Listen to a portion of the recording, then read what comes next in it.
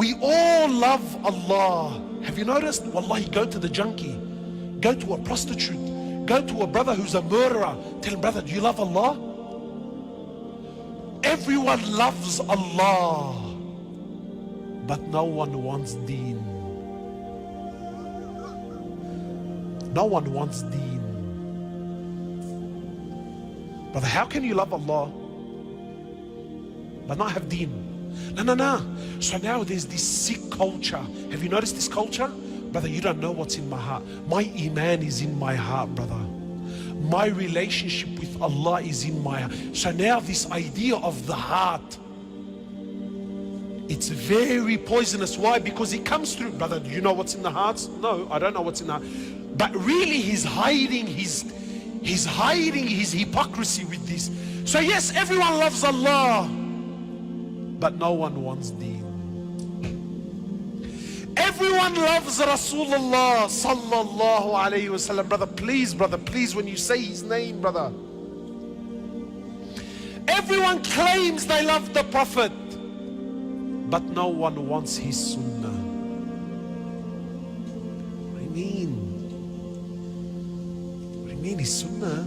Eat on the floor, eat with your fingers, grow a beard, live simple lives. Brother, what's that?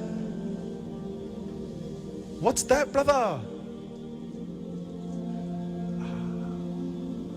We love Rasulullah. Wallah, we sing his songs and we'll parade and we'll have big protests when something happens.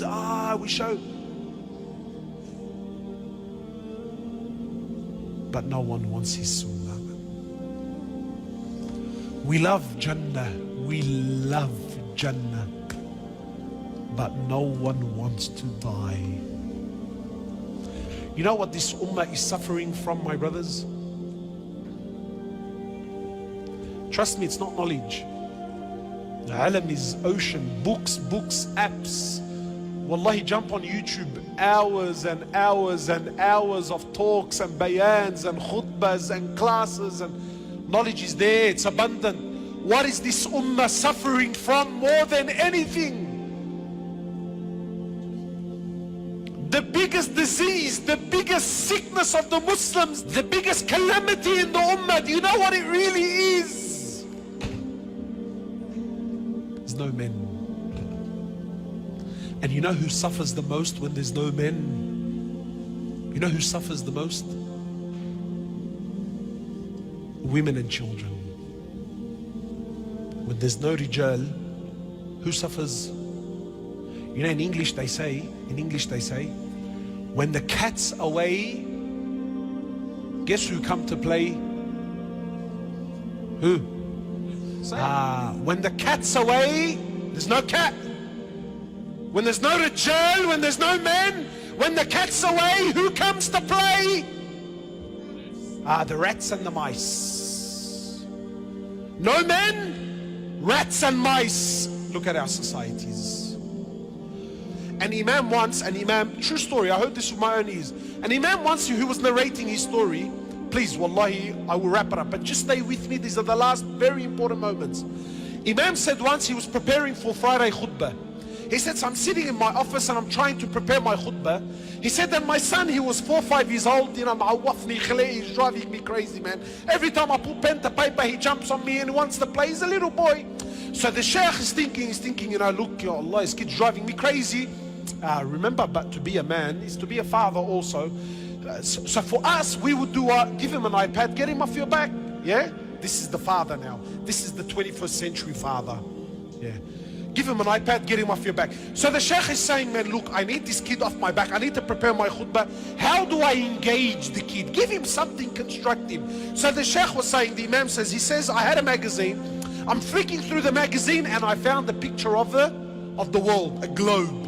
It was a picture of the globe. So the sheikh said, look, let me rip this page out and I'll cut it into a little puzzle. Yeah, I'll cut the countries into pieces and I'll give it to the boy and I'll tell him to put it together. He's thinking this will keep him busy at least for an hour. Get him off my back. He said, I cut the picture I gave it to my son. I said to my son, listen, put the world together. So the Imam said, the boy took it. I'm thinking, finally now I can gather my thoughts and put the khutbah together. He said within a few minutes, the boy was back and the world was put together. So the Sheikh's thinking, is my son a genius? He's a little boy. So the Sheikh says, my son, Allahu Akbar, Tabarakallah, how did you know where Europe is and the Americas and the Africas? And the kid doesn't go to school, how did you know? He said to him, Wallah father, I don't know. He said, so how did you put the world together? He said, Dad, on the other side of the picture, there's a picture of a man. So I put the arms together and the legs together and the head together. So the Imam said what? He said, Subhanallah, you gave me my topic. When man comes together, the world comes together. But qasam by Allah, as long as man is destroyed, this world will always be destroyed. Rijal, who suffers the most? When the cat's away, the mice will play.